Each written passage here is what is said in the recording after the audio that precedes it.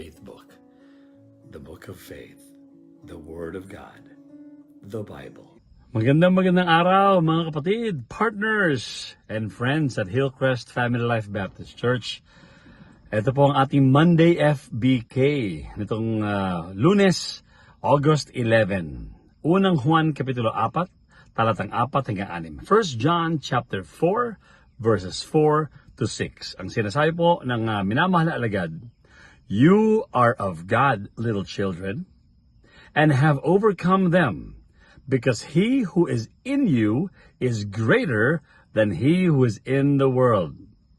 They are of the world, therefore they speak as of the world, and the world hates them.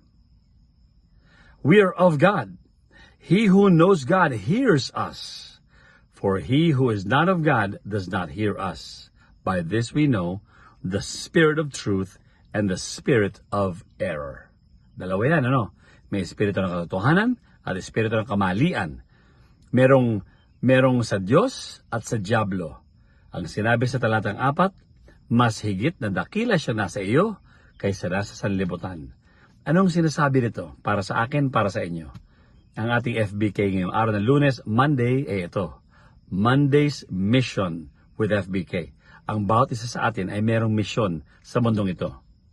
Kung ang misyon ng ating kaaway na diablo ay sirain tayo, guluhin tayo, lituhin tayo, i-depress tayo, ang misyon ng Diyos ay para tayo umunlad, lumalim sa pananampalataya, maunawaan ang kalooban ng Diyos sa buhay natin.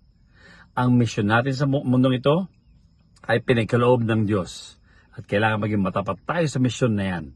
Kaya nga palagi lang sinasabi sa Hillcrest, ang ating mission, kapag naging matapat tayo, pagkakalooban tayo ng vision, yung ating pananaw, yung ating pangarap.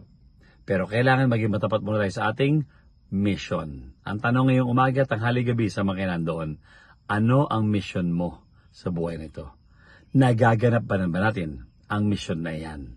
Kung pagod na tayo sa mission na yan, magpahinga tayo sa Panginoon, basahin ito at maunawaan na siya, ang Panginoong Diyos na nasa atin, ay dakila pa at mas makapangyarihan pa kaysa sa nasa sanlibutan.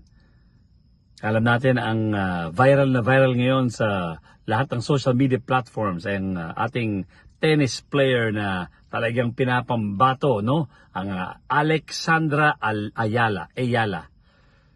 Kaya nga po natutuwa tayo sa mga panalo niya, pero unfortunately natalo siya, no, ng isang taga Switzerland na number 14 sa buong mundo. Si Ayala naman ay number 20 sa buong mundo.